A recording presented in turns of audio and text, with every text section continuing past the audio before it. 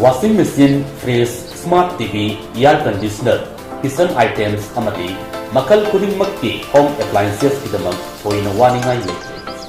Kaisampat Kunjen Hazari Lekai Dalaiba, Mezo Hub Impalna, Ahongo Mamalda, item kudingmakki up to 50% discount offer Tizari. Wedding set unalong matamdasu is percent over discount kayasu Hamzari. Interest amakta yawdena 0% EMI loan gi kudong sabasu Hamzari. Kudong sabasi mangan biraganu ngasi makling sin biraku Mezo Hub Impal, Kaisampat Kunjen Hazari Lekai.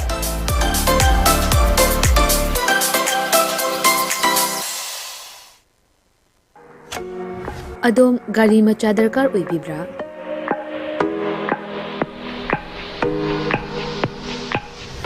Supna gi minute kuntra gi manungda document ichang changdana bespa amadi aprilia gi apamba model sing supna dagi lupa lising tara khaktang puthok piduna loan oina lawba yabagi khudong chaba pizare Akupa marol gidamak contact tobirau 9089895330 amadi 9615823252 Tulasi Motors Private Limited Thangmaiban amadi Sangai Pro Kudong Chaba si mangan biganu ngasi mag-contact tobirau terms and condition apply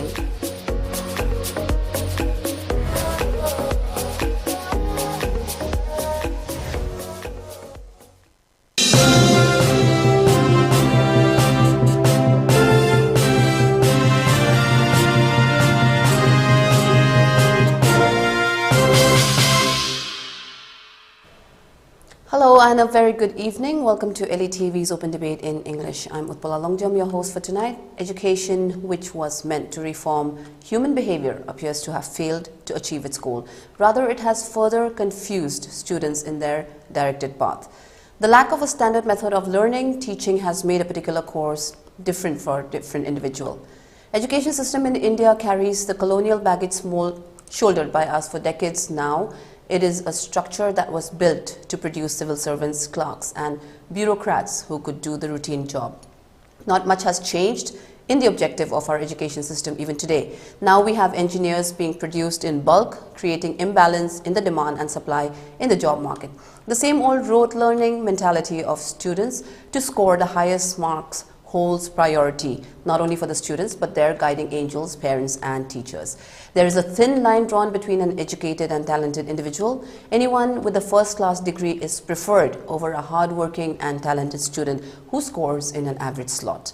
What makes the situation even more bizarre is the fact that with more and more students frequently and routinely scoring 90% marks in their board exams have raised the cutoff bar for college, university to an impractical score. That brings us to the expensive trend of home tutors, tutorials that charge exorbitant fees, even for lower classes. So the question arises that what are schools teaching that every student needs extra classes to cope up with what's being taught in school? Are teachers incompetent, or is this a way to exploit students into joining extra classes with a heavy price? That brings us to the topic for our open debate today. Today's topic is, who is failing, students or the education system? Let me quickly introduce our panelists joining us tonight for this open debate. Now, going from my left to the right of the screen, we have Dr. Rajivkumar Narengbam, founder, IRE, Wangjing. Welcome to ELITETV Open Debate, Dr. Rajivkumar. And next we have... Thank you so much. Welcome. And we have Professor Amar Yumnam, former VC, Manipur University. Welcome to ELITETV Open Debate, Professor Amar Yumnam. Right, once again, a warm welcome to both our panelists. I'll start off with Professor Amar Yumnam, the first question for tonight. So we have lazy teaching and a rote-based approach, the parrot way of teaching, which effectively cuts off channels to new ideas, imagination and new possibilities. What are your views on that, Professor? Well, education, when we look at globally, right now, almost all the countries of the world, with COVID becoming under somehow control, the whole world is focusing on education, how to restore the education to its earlier position. All right. In fact, the Western countries right now, they are looking for collaboration from all the countries of the world and restore it, the earlier collaboration, and look for new collaborations. And even in the case of Manipur, quite a few European countries have been communicating with me on how they can go about establishing new relationships on education sector. Right.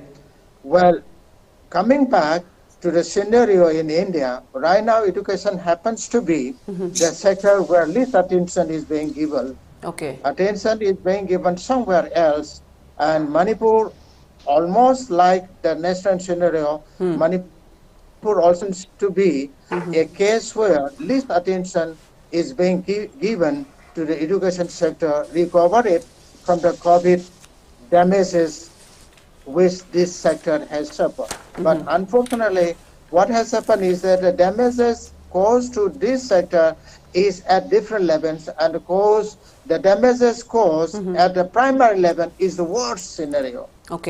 Even in the case of India, seeing children with their parents in the marketplace, in working places, that was very common even before COVID.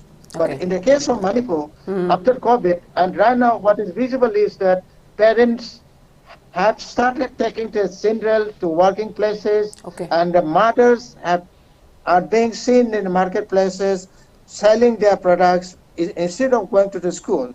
So right now what is happening is that we have an education sector which has suffered damages during COVID, and there are no policy measures being taken up to address the damages caused by COVID.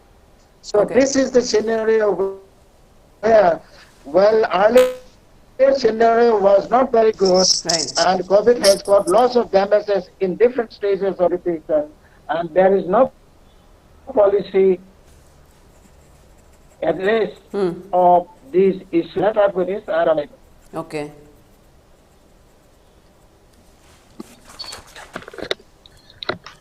Yes, Professor, please continue.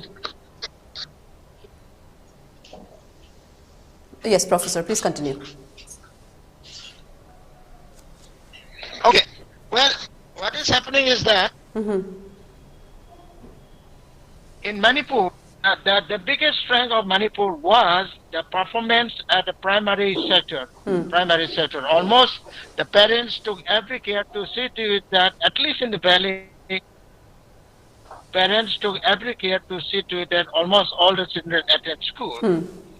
Now, COVID has caused such kind of a damage and living standards of different families in such a way that, well, because of the impact of COVID and the damages goes to the earning scope, what has happened right now, what is visible in Manipur is that, well, forget dropping out. Dropping out was a phenomenon even earlier, but right now what is being visible is that children are just not being taken to the school. Parents are not able to send their children to the school. And the earlier capacity of the local school to attract students also, that capacity also has been compromised in the case of Manipur. So schools don't have a compromise. Local students, parents don't have the capability, income and moral capability to see to that their children go to school. That is the scenario at a school level. And the higher education sector damages, that is all over India, damages, and it is in a very bad shape. And foreign universities are coming in. I don't know how India is going to address the higher education scenario. But what is much more important for an economy like Manipur is to see to it that almost 100% children of the school age should attend school. But there also we are suffering lots of setbacks. That is where we are in today. Now, Professor, as you said, you rightly said that I think even the attendance is not really taken into consideration. Like in the earlier days, attendance was really very strict. But now because of COVID, students can skip school because even if a child comes down with a common cold, the teachers would rather have the child stay at home rather than spread it to the other kids, because it could be a case of COVID as well. So that is another factor which is actually bringing the attendance of the children, school-going children down. See, that problem, the attendance problem is being coupled by the inability of the parents to send their children for education. Right. Earlier, it was just lack of attendance. Now, the capacity even to send children to school, that capacity also has been compromised to a large extent. Well, the last few days, I've learned that quite a few mothers who come to sell vegetables in the market, they come with their children, small children who should rather be attending school. That speaks a lot. That speaks volume. Right. That was not something which was not visible in the case of Manipur, but in the rest of India, that problem was there, but that problem has reached Manipur as well. So that's a very unfortunate scenario. So not just attending school, but inability to send to school, that problem, that's a new dimension. Okay. Earlier dimension was not attending school or dropping out of school or delinquency, things like that. Now it is a case of children not being sent to the school because parents can no longer afford to send their children to the school. And the capability of the local schools, well, almost all of them government schools, to attract children to the school, that capability also, well, is, well, very bad scenario, in a very bad scenario. That's a really sad scenario going on at the present. Thank you so much for your views, Professor. I'll come back to you in the next round. I'll come to Dr. Rajivkumar. Doctor, when children are in school, they are either unaware of how little they are learning, or they're afraid to speak up and tell the teacher that they have not understood a particular topic. So how can we change this attitude? Do the teachers need to be a little more friendly, or what is it that has brought about this change that the children are unable to ask openly?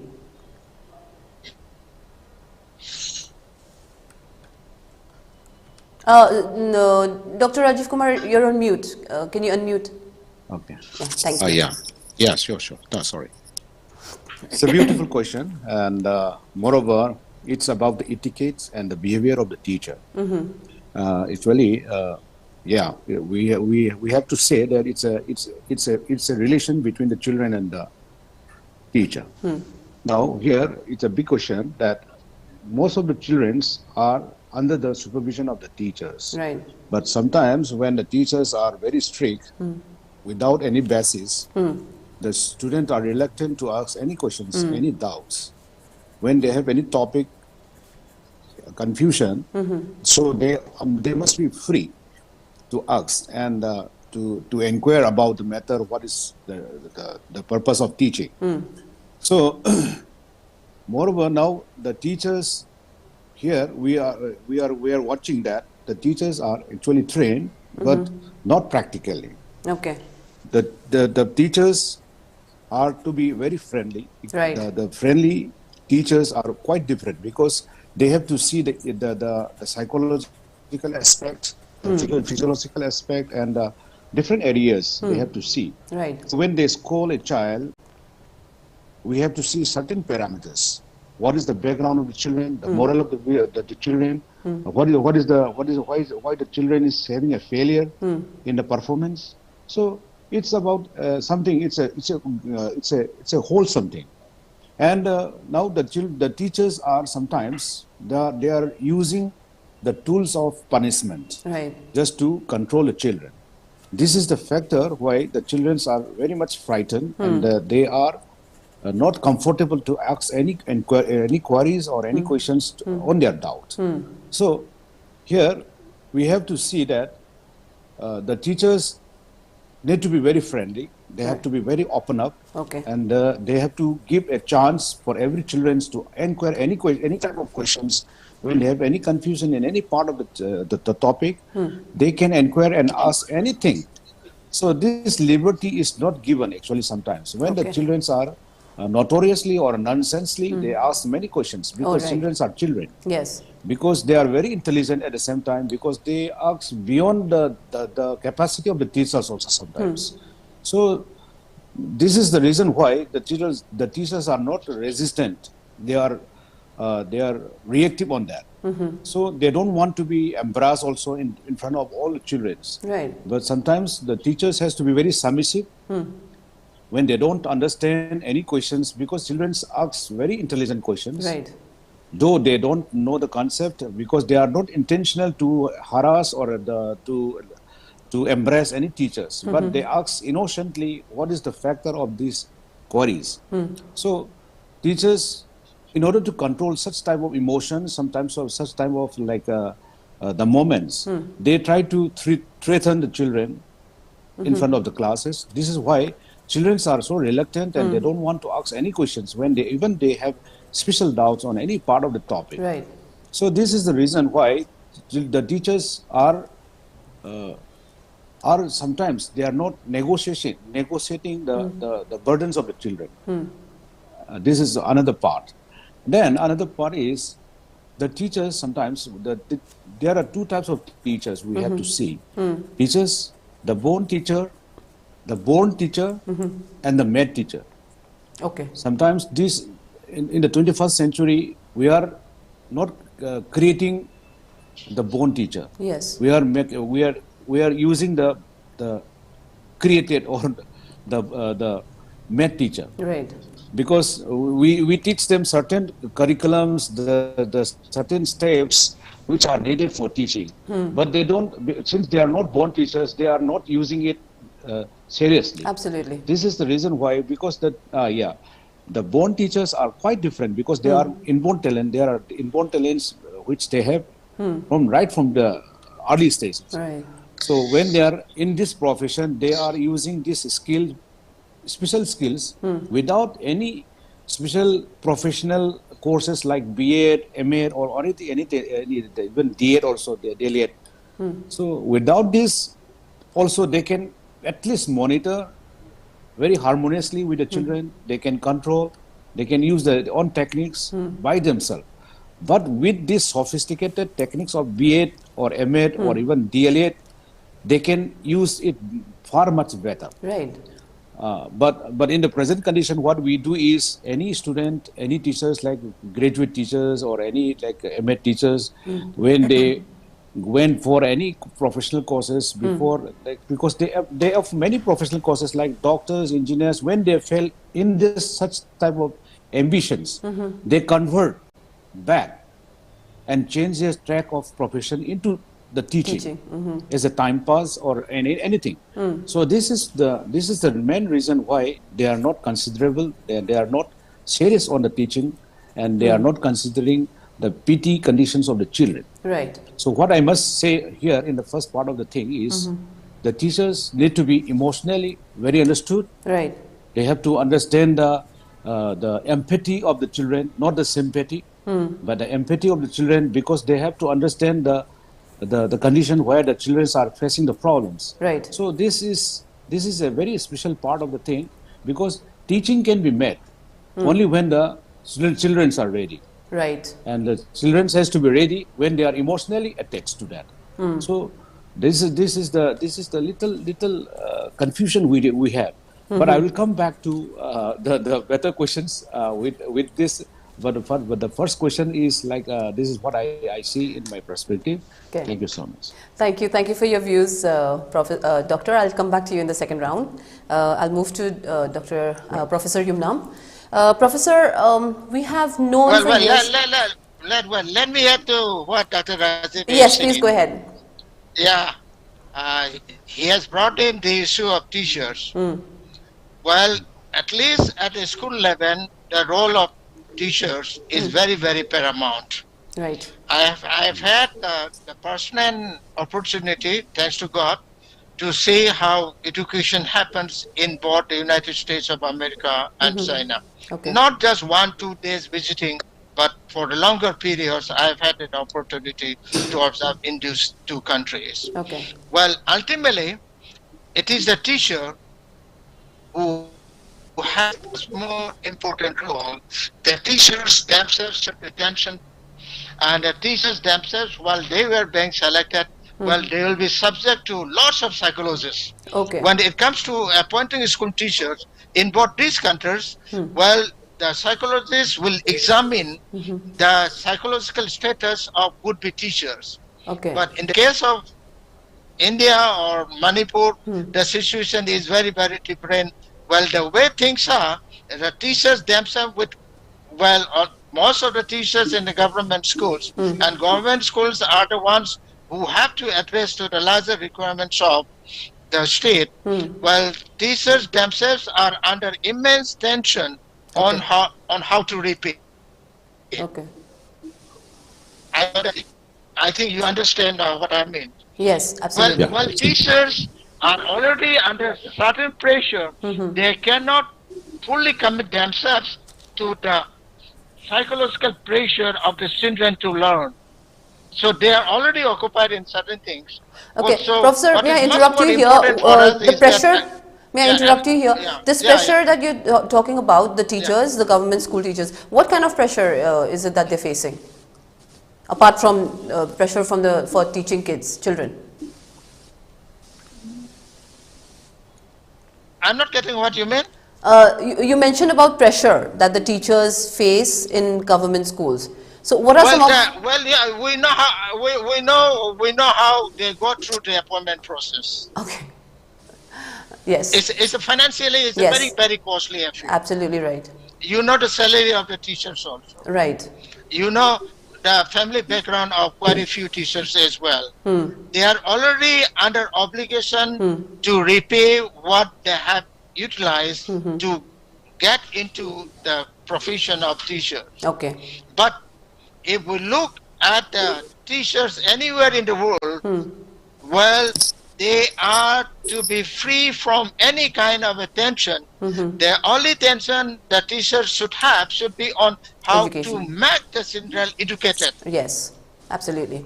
But in the case of Manipur, well, the atmosphere is of a different kind. The teachers are already under certain pressure, which is not related to education.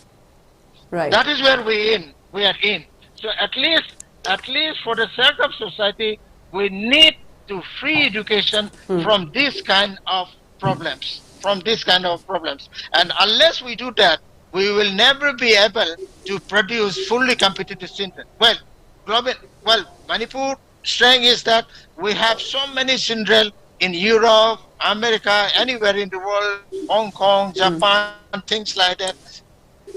But these children are not products of our schools, local schools. I want our boys and the girls to be produced by our own local schools. Our boys and the girls, they have the capability to join the global race and competition, but we should have the opportunity and the capability to produce such children from our local schools. That is where we have a problem. Right. And that is exactly where we have an even bigger problem of students not attending school, parents not sending schools. New phenomenon. Absolutely. Well, I'm not talking about interior areas. Even in the valley, we now see parents who do not send their children to the school. So it's a scenario is very, very painful one. What is happening in the education sector in Manipur? That is where we need to put in our effort and how to engage teachers in such a way that we find, like in the same way, we are products of our own local schools, right. And we still remember the teachers. Yes. We still remember our now teachers. Absolutely. We still remember what we did, what they did with us, sports, education, things like that. Well, in our time, we played. I played football. Yes. And I don't think that compromised the formal learning process. It doesn't help. Right. So we now have an atmosphere where we are not trying to make all the children healthy, and we are not able to ensure to it that children learn, and the relationship between teacher and the students are such that they remember throughout. Well, we are all products of local schools, right. And they did wonderfully well to make to bring maturity out of us. But that kind of a thing is no longer there in Manipur. And we cannot, the present scenario is something which we cannot afford. Right, Professor. So, with what you just said, my next question for you is, we've known for years that our education system is failing. Children go to school, but they do not learn much beyond what is what you would say the floor level tasks. That is what the teacher just shows. So, where exactly are we going wrong in the education system, and why are we not getting any reforms into the education system? Well, education is something where once you are intervening into it, see, supporting is one, intervention is another. Education is an area where the support mechanism from all sectors should be such that education is allowed to flourish. Okay. To flourish. But in the case of Manipur, say local high school, if the headmaster or principal turns out to be someone who didn't vote for the, well, whosoever representative of the locality, Want that to build your person, website despite... but confused? Worry not. Let's be. Yes, Professor, please continue. Hello? Yes, please continue. Yeah. The point is this, education can flourish only when teachers are given the freedom to put in their efforts without any kind of expectation of any liability on their career. But what is happening right now is that every teacher's engagement in the classroom, in the school, and even in the open society has a liability in the sense that if the person who is responsible for administration is unhappy, not education wise, not related to education, is unhappy with the teacher on issues other than education, well, the teacher will suffer. Now, this is a kind of a scenario where no teacher can put in his or her best effort to see to it that the children really learn. So we need to free education from all these unhealthy interventions. Right. Like we had education in the private school, local schools in the 1950s and the 1960s. It is a post-statehood phenomenon, post-1975 phenomenon. Okay. We need to take education out of this scenario, take it back to the 1950s and the 60s scenario with additional investment. That is what we need to do. Okay, so as you correctly said that teachers are not exactly able to express and teach the children as they should learn. And there's another phenomena that is usually noticed in schools is that the teachers are giving out answers to questions and children are expected to learn the exact same answer. So it's a kind of a spoon feeding that children are unable to write their own ideas and maybe perhaps change the words. That is parallel learning is not education. Parallel learning is not education. Right. But this is another trend that is seen these days, that teachers expect the children to write the exact same answer in the format that is given. So that is another factor which is, so I'll come to that in the next question, in the next round, Professor. I'll go to Dr. Rajiv with the next question for this round. Dr. Rajivkumar, learning in children overlook the simple facts that all children are different, because learning, some of them are audio learners, some of them are visual, or some are kinesthetic. So our education system doesn't even look into that. As we just mentioned with Professor Amar, Yumnam, we spoke about rote learning, and that's what we continue to do. Is this going to bring any kind of a change or any development to the children of present age, or doesn't our education actually need some revamping to accommodate this kind of learning? Because that would obviously bring out the best in the children. Right. It's a beautiful question. And our sir has already pointed out very clearly. Now, it's not a productive type of education which we are prevailing right now. Right. We can see that now the present scenario of the education is it's a vice versa, and it's a like a versus thing between quantity and quality. We are we are at the verge of confusion, actually. The quality or quantity is a big issue now. Reason number one is now we are quite exam-oriented. Exam-oriented is a factor which leads to all such kind of mischiefs and unwanted things, because this doesn't bring any productive things. We have to see in a certain conditions where education has to give an impact after 10 years of our study or our course of line of study, or professional or anything. Now, what we see here is in the Southeast Asia, especially Japan, Japanese are looking forward in a place where, because children up to the class 4, they are not even taught the basics of reading and writing, because these are not necessary actually. They are taught how to involve themselves morally, physically, and spiritually on the line of teaching and in the line of education. This preparedness, this preparation are very important, because in the context of, say, let us see, because we have visibly seen that what is the scenario of education in Manipur. Because now people are racing actually, because people are racing. People are not because they are not consistent, and they are very much intolerable to see the advancement of other countries. But how they are doing, they don't analyze, and they don't understand. Exactly. Because what they see is, say, when the small kids are started speaking, it's an indirect form of learning. Yes. Because they are speaking, because on the not by lingua franca or any other form of learning. They are speaking English because on the basis of indirect form of this teaching.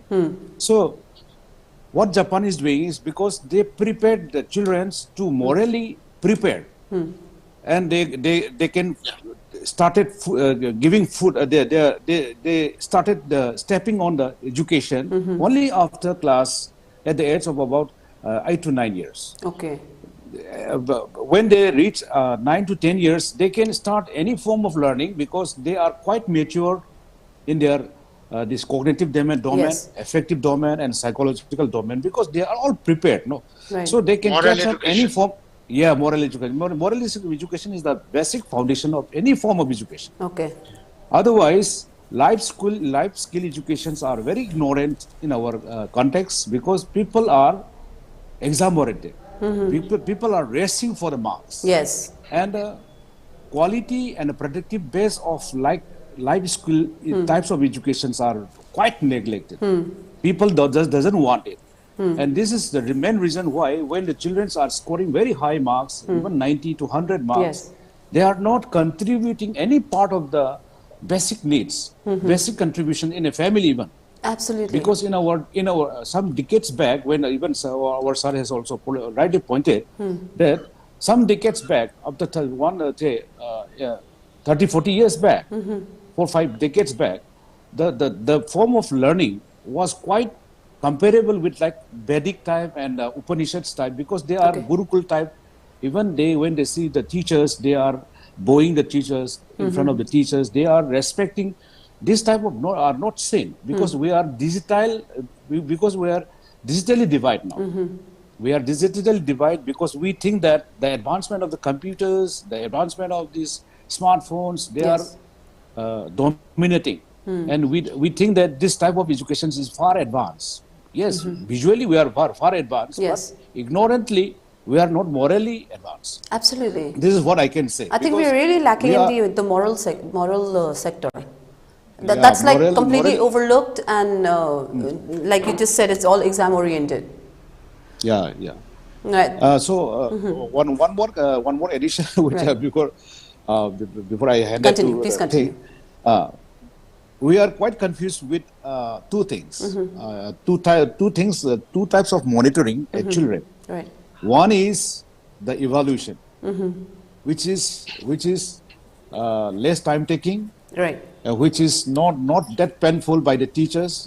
They are one simple sample questions will evaluate all the children's. This is what the present education system is doing. But we are not considering the assessment of the children, because assessment is a very time processing, the time consumption in the assessment is very, like, it's a, say for example, if the school is starting at 9, we have to monitor up to 3:30 how the children are attending the assembly, how the nails are cut, how the hair styles are there, how the dressings are done, how the punctualities are there. So these are the assessment. These assessments are quite neglected in most of the schools in the present trends of Manipur. Right. So what my emphasis is, learning is a lifelong process. Yes, it will absolutely. continue. It will happen only when the education is more concentrate on the moral part, and as well as these assessments are given more weight. I think this will change whatever we are speaking today. We are debating on any form of education. I think this is the only solution when we convert the children into a moral factor as well as life skill contributing type of education. That only then every solution will be there. That's what I feel.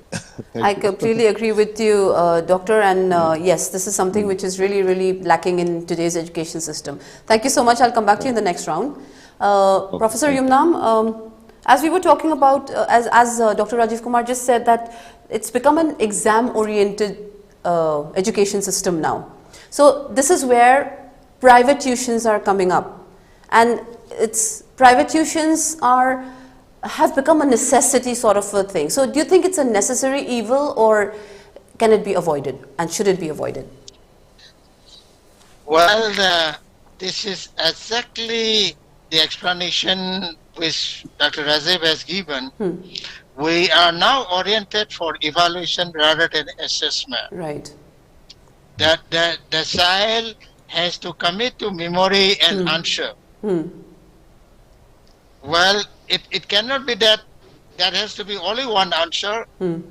It's not, I mean, postmodern is absolutely one answer, and every child has to remember the answer, and will evaluate only on that basis, and will never think of assessing. And it's a very bad scenario, very bad. Well, private tuition can be a supplement, but increasingly it has become a substitute. Right. And while private tuition becomes a substitute for the classroom or school learning, what happens is that the overall academic atmosphere in the institution is compromised. The children themselves those who have got attend private tuition from early in the morning until about 8 o'clock, and in the evening from 5 to 7, like and everything. Yes. Those children will never be attentive to what happens in the institutes. Well, education in the classroom is not just about the books, it's about human behavior, it's about social behavior, and it's about developing a collective commitment to a cause of the society. So right now what happens is that the entire education has been oriented towards committing to memory a few answers. The social role has been forgotten. The collective atmosphere which we need to build our own discipline, behavior, that also has been forgotten. Well, above all, what is happening right now is that there is no collective application of mind to what education should be like. Are we really applying our mind? I apply mind to education to my own children, how my children learn the lesson. But where is the collective social man with which we all grew? When we learned in the late 50s and the 60s, all of us learned the collective commitment to the cause of the society, where that has gone. And we are not even committed to thinking about it. Say, for example, New Education Policy 2020. By now, we should be having at least 2 or 3 very powerful advisory committees to see to it that the objectives of NEP 2020 are achieved. Now, where is that? So, education is no longer a social sector. Education has been converted into almost like private sector functioning. Exactly. That is where we are in. Education has not been allowed to play the social role which this sector alone can play productively. Education, the social role is not something which we go out in the evening or morning for a walk. Some of us gather together, or some of us, our friends meet together. We take our children, we'll sit in one corner and eat anything, and we'll expect our children to learn. No, we are almost in that kind of atmosphere, which is very, very bad for where our children are receiving social relations. Yes, exactly. Where is the area where our children are absorbing, learning and absorbing the social relations? No, that's absolutely absent. And it's very, very bad for what would happen to society when in about 20 to 30 years from now, Manipur scenario would be very, very bad. But aren't the schools putting so much of pressure, since we're talking about exam-oriented? Now, every child, I think almost I would say 99% of the children who can afford to go for tuitions are going for tuitions, and the rest of them who are not able to go for tuitions are unable to perform well in school. No, that is exactly where one point Rajiv also has put. Now education has become an agent for dividing the society. Yes, education is someone where everybody can participate. Well, their capacity to participate in the education should be equalized, equal opportunity.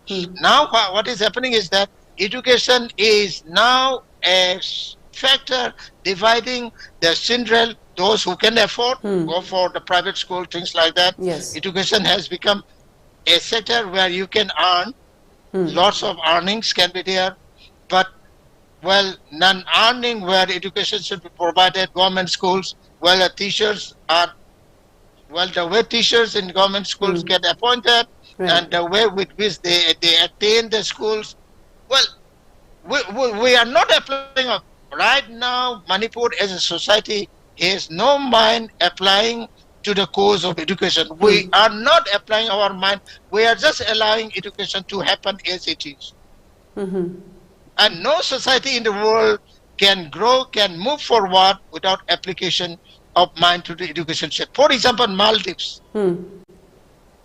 What has happened to Maldives within less than 30 years? Where is Maldives now?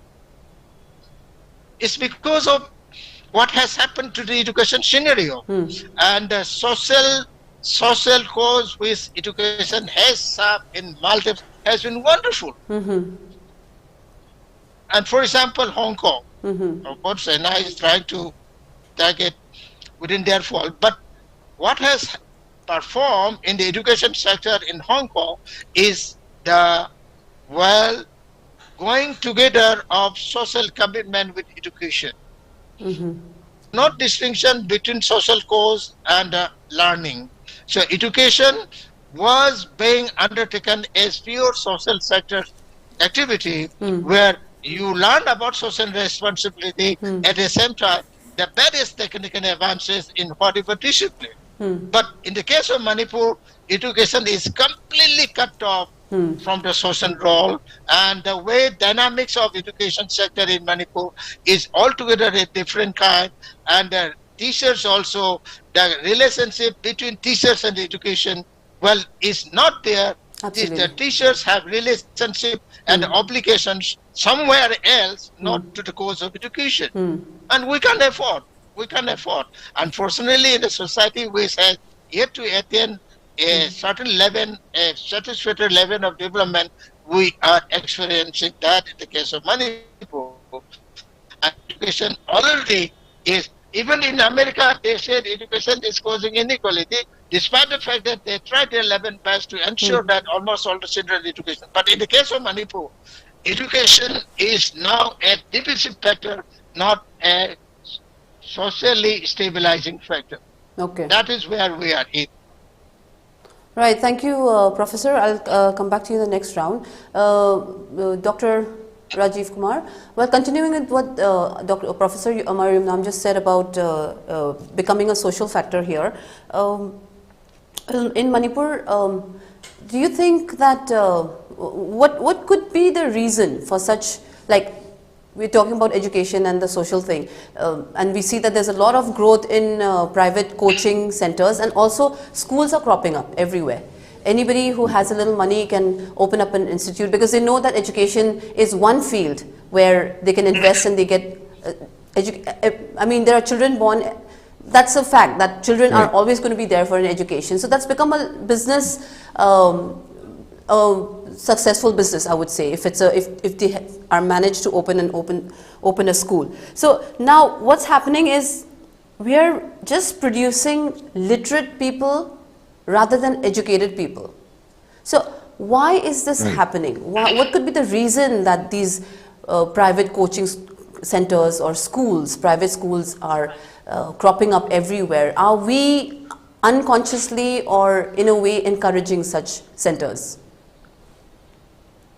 Yeah, it's a beautiful question, Utpala. Yeah, actually, now private coaching centers have come up.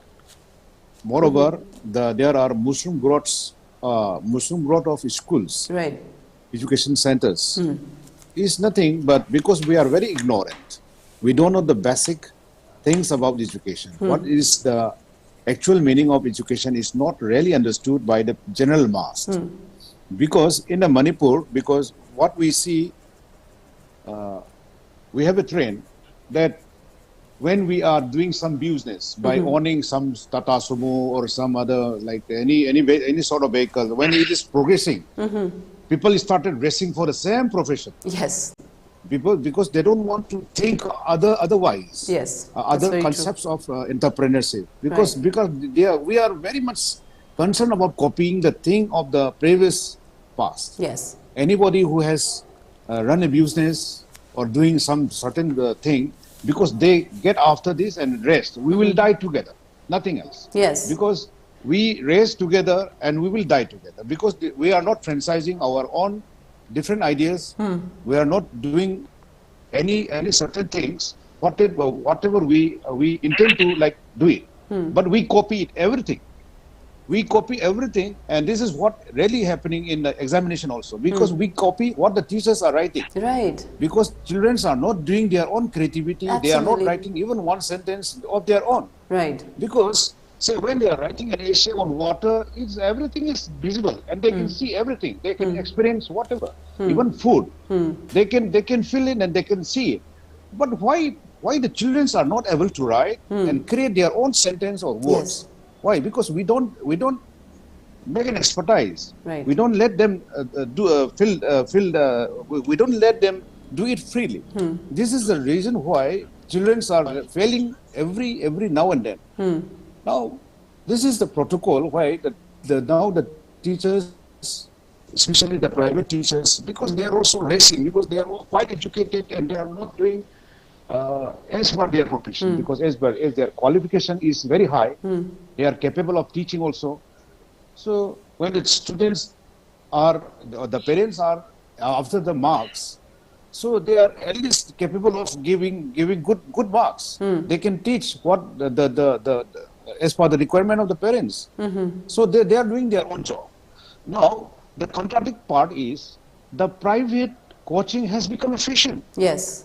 Whether they know it, they don't know it, whether the parents are affordable or not affordable, because it has become fashion. Yes, exactly. Even when the family is having a one lunch pack, but they have a fashion that my friends are moving to this teacher and they want to go for the option, because they don't critically understand what is the real scenario of the coaching, because coaching is needed actually.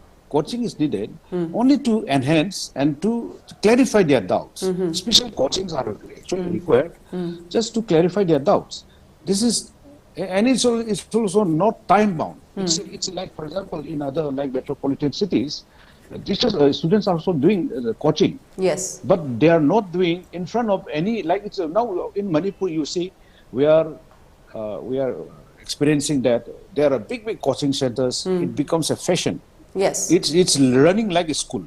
It's running like an institution. So these are actually now contradicting. Now it has to be changed. The fashion has to be changed from private coaching to school fashion.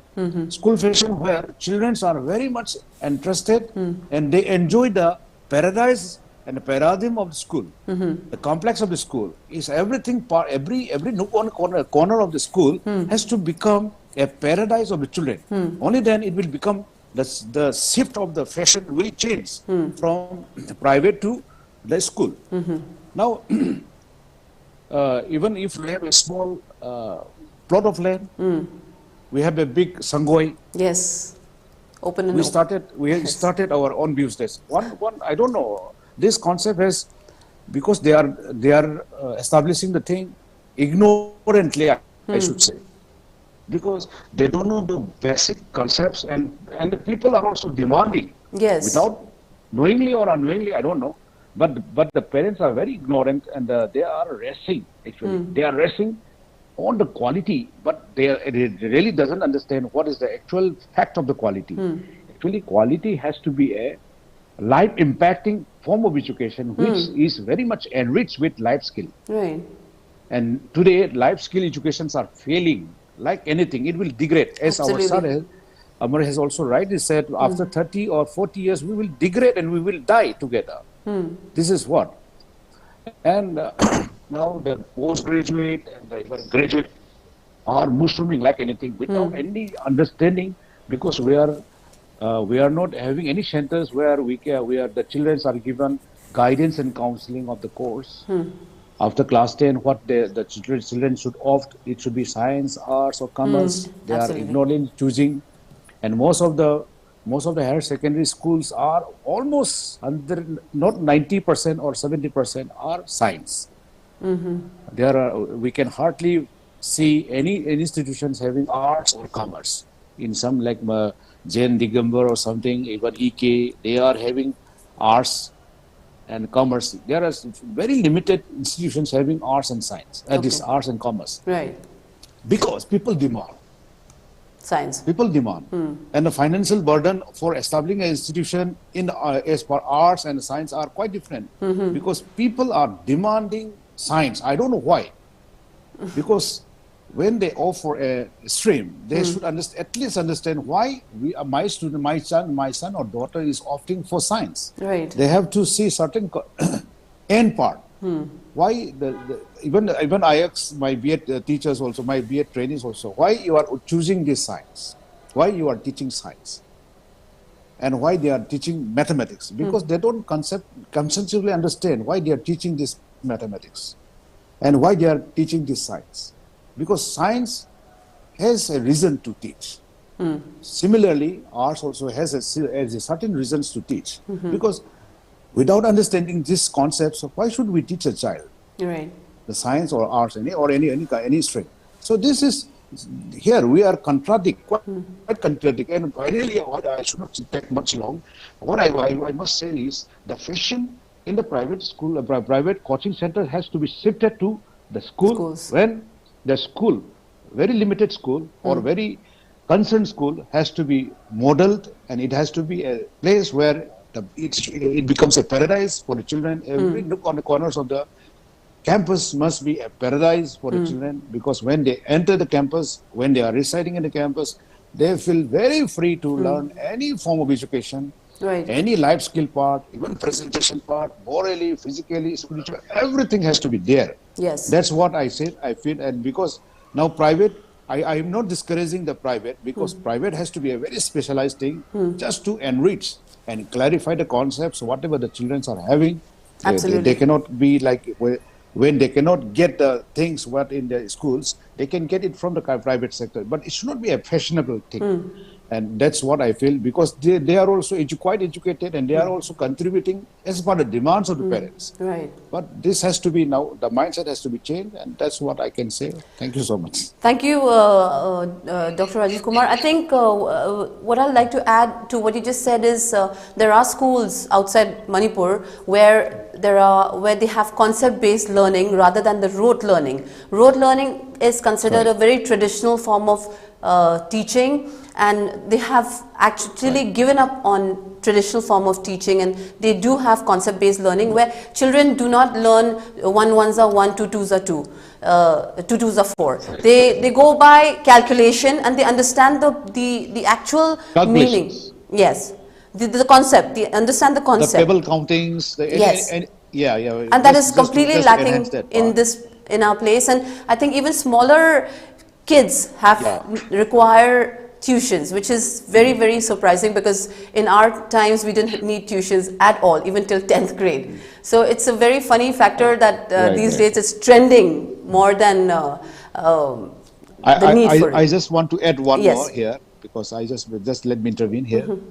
See, when we teach the area of a rectangle, because we understand, most of the students understand only in the blackboard. Right. But when they go to the playground and estimate the length into breadth, the area of any like it must be a square or anything, any form of a shape, because they are not capable of doing, because they only learn only on the board. They are not taught how to use the measurement outside the classroom. This is it should be a practical base, Yes, so it should be a practical base.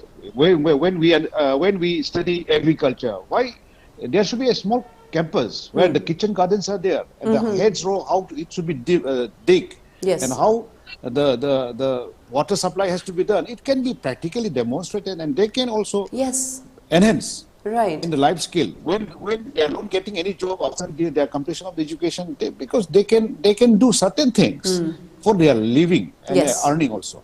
So this is what I can just suggest. That's what. Just thank you so much. That was really valuable suggestion. Thank you, Dr. Rajivkumar. Continuing with that, I'll come to Dr. Amar Yumnam. I'm sorry, Professor Amar Yumnam. Professor. All the same.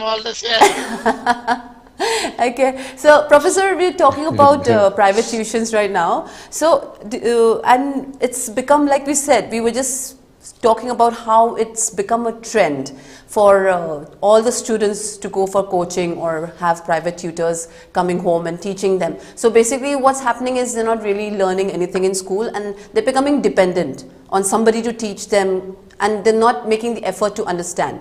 Now, saying that, we have small, even nursery or grade kindergarten students having teachers coming in, teaching them everything, whatever's learned in school, the entire responsibility of studies is given to the tutor who comes home, or maybe they go to the tutor's house.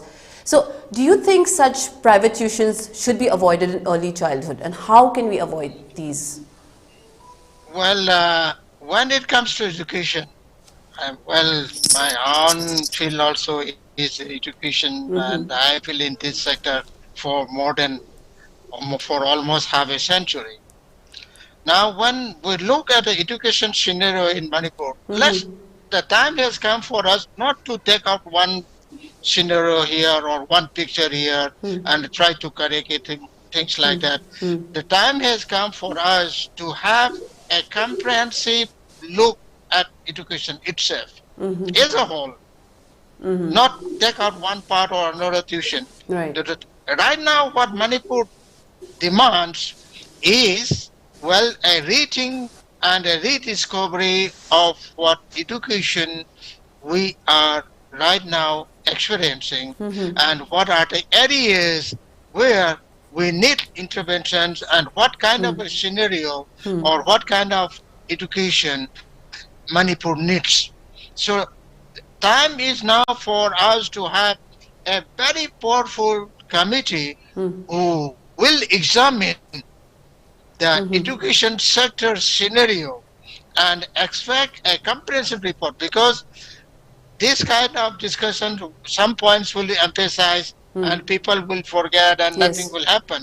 That the time has come for the government to appoint a very powerful committee, not just for the sake of appointing a committee and having a report or things like that. the time has come for us to appoint a committee, powerful committee, who will examine the education scenario of what is happening and what is the education which Manipur needs, so that we can join the global race for development if in a very efficient way. Right. So instead of taking up one aspect or the other, we need to examine education in totality, in all the aspects, by a very powerful committee, and spend time about 6 months to a year, and we need a comprehensive report on that. Okay. Right, that would actually, I think, bring about a lot of changes which is required at the moment in our education system in Manipur. Thank you, Professor. I'll come back to you in the last round. I'll move to Dr. Rajivkumar. Well, Doctor, a lot of children get tongue-tied when trying to communicate in English. We've noticed it's a very common phenomena in Manipur. How important do you think languages are, and are we laying enough emphasis on teaching languages in school? It may be like languages which is not our mother tongue, like Hindi and English. And also we do have these English medium schools.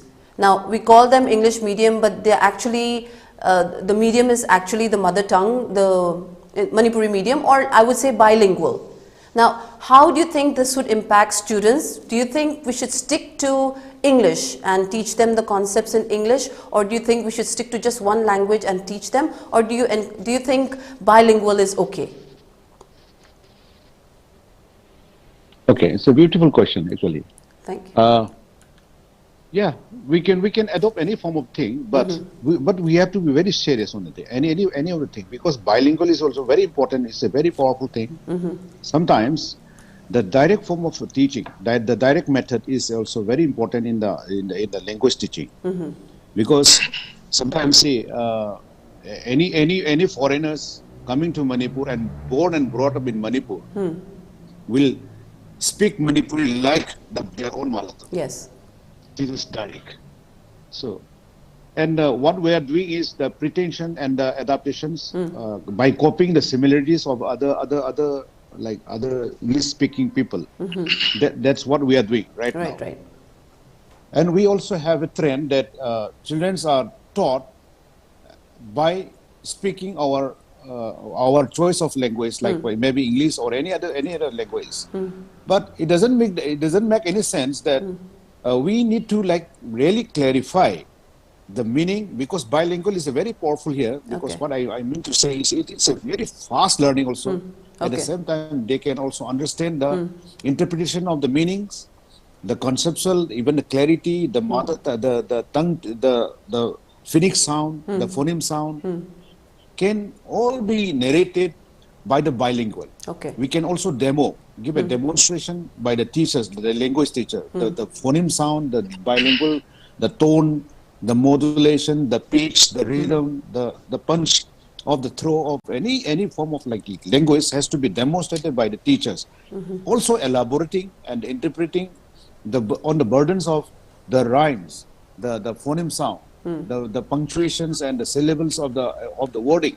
So here I must say is, because as per my experience, I must say that the bilingual is a very powerful thing, but only thing is bilingual sometimes needs a certain practice.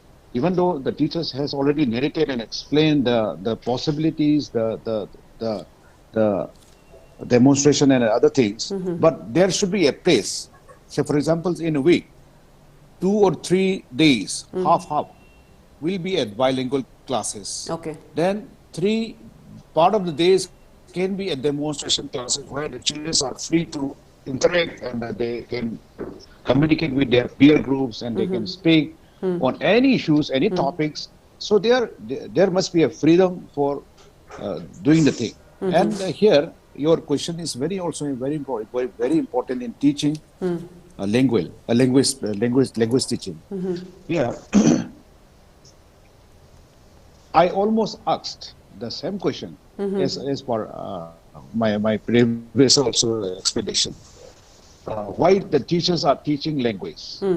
Most of the teachers are quite confused with these questions, because we are teaching language just to understand the language grammatically, at the same time capable of making them speaking the language properly, grammatically, and systematically. Right. At the same time, they can also write their own poems, their own course of topics, any topics. Right. So children are taught in language or any form of language just to make them capable of writing their own conceptual, maybe literature based or course line based. Right. They can write any existing storylines. They can create their own emotions. They can create their own literatures in the form of poetry or in the form of literature. So only for this purpose we are teaching the children. At the same time, people are more focused on the communicative part. Like now we are having the discussion, the hot topic of ELITETV on Monday. We are talking in English. Yes. Because this also is a factor to inspire the viewers, at the same time the listeners. Right. So we are speaking, but frankly speaking, we are quite comfortable Manipuri speaking our own mother tongue. But why we are using this English language? Because it has also become a fashion. At the same time, it has to be a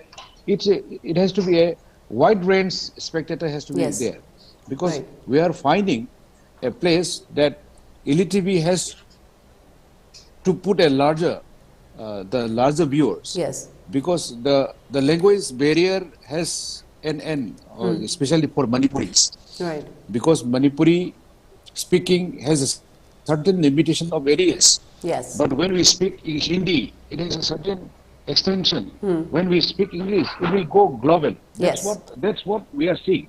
Because importance of language has to be understood. At the same time, we have to adapt accordingly. And that is why now English has become a very important part of the language, because it is internationally used. Most of the, even 50% or 70% of the global interaction is in communications are done in English. That is why importance are given on English. Now, in order to capacitate or emancipate this importance, we need to culture the students, the children, to communicate in the form of as what I just said right now. The direct method is also very important. At the same time, the bilingual form of teaching is also very important, just to make a catalyst or enhance the learning faster. That's what I can say. Thank you.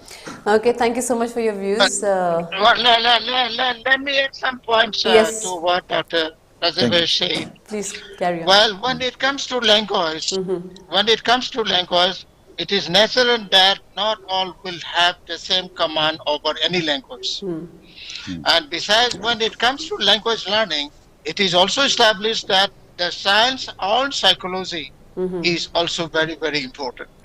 And the family background, the family context in which the child lives is also important to learn a language. And the locality also is important in order to see to it that how a child learns about language and learns a language. So what happens is that while it comes to language teaching, it is imperative that the school, I emphasize school, not a teacher, the school must have a complete record of the family background, the family context in which a child is living. That is important. And the school again should have a complete understanding of all the children who are learning in the school. Right.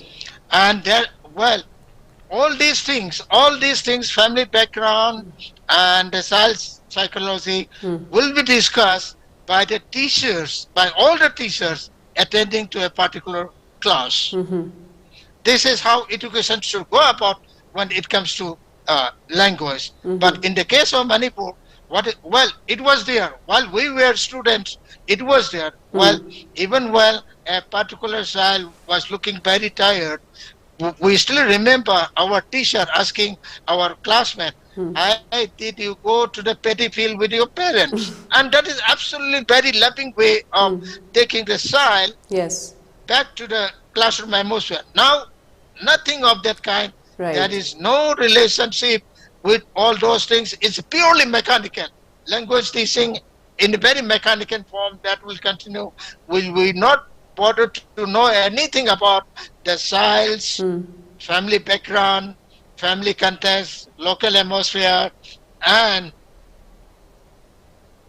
the school also will not try to know anything about those things. So, it's a very education is not a mechanical thing. You're absolutely right. Education can grow only when there is a relationship between the education and the child undergoing that education. Right. For us, the teachers also now what is happening is that they deliver the lectures in a very, very mechanical way. Some will follow, some will not follow. They will not bother. Absolutely. It is the responsibility of the teacher to ensure that the student. weakest of the weak student also learns her or his lesson. Now who cares? Yes. Now who cares? So education has now become a very mechanical kind of a thing, which education is not. So despite of it, America is one of the most developed countries of the world in America. Education still is not mechanical. The relationship, language learning issue is, they learn French, German, whatever, besides English. Well, when language itself, how to give language education, even of English in American schools, is being debated, is being discussed, is being analyzed. But in the case of Manipur, nothing is analyzed, nothing is discussed, nothing. Education is allowed to go on as it is. Yeah, whatever people in that sector, teachers, school management, or things like that, and nobody will be bothered. Education demands collective social responsibility, which includes the responsibility of the government as well. But in the case of Manipur, nobody is concerned. There is no social concern. Well, everybody is like, my own children should learn and my children should understand. I don't care for others. It is that kind of atmosphere we are in the education Manipur. That is exactly where the purpose of education should disappear. Thank you so much, Professor. Because of yeah, that's it. Right. Yeah. So because of time constraint, I think I'll have to bring our open debate to an end today. There were quite a few more questions that I really wanted to ask, but it's been a very informative debate, and I really appreciate the values, the information from both Professor and Professor Amar Yumnam and Dr. Rajiv. It's been a wonderful debate. And thank you so much for being on our show once again, Dr. Rajivkumar Narengbam. Thank you for being on our show, and and Professor Amar Yumnam. Thank you so much for being on our show, and it was really great having you here tonight. So that brings us to the end of our this open debate. No, I've been in Hyderabad since August. Oh, okay. And right now also I am in Hyderabad, and I really feel bad. I really feel even comparatively speaking, Hyderabad can afford to take less care of education than Manipur is. But Hyderabad still takes wonderful care of education, unlike Manipur. They are already more developed, and in the years to come, where will they be and where will we be? And it's a very serious, education is a very serious concern in Manipur right now. Yes, I absolutely agree with you, Professor. This is something that we really need to look into for the future of our children, the future generation. Thank you once again to our panelists. So that brings us to the end of this open debate. I'd like to thank our panelists once again for for all their valuable inputs. And thank you viewers for taking the time watching our show. Please do not forget to leave your precious feedback. And there's so much that we can take away from today's open debate. Teachers should develop relation with children, and it's a collective, education is a collective social responsibility, not an individual. So please do not forget to leave your precious feedback, and do let us know if there are any social issues that you'd like us to cover in our show. Thank you so much. I'm your host Utpala, signing off for tonight. See you again next Monday with another exciting topic. Stay safe and have a good night.